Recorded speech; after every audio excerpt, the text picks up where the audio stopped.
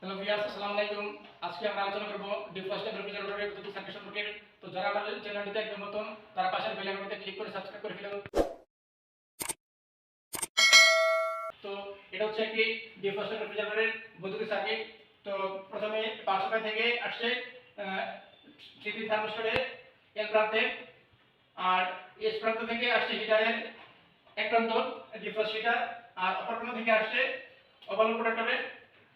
এটা হচ্ছে কম্প্রেসর মোটরের যে টার্মিনাল পয়েন্ট থাকে কমন স্টার্ট রান, আর এখানে রান প্রান্ত থেকে নিউট্রালে চলে আসছে, আর থার্মোস্ট্যাটের এর প্রান্ত থেকে আসছে ডট সুইচ হয়ে রেফ্রিজারেটর ল্যাম্প থেকে নিউট্রালে চলে আসছে।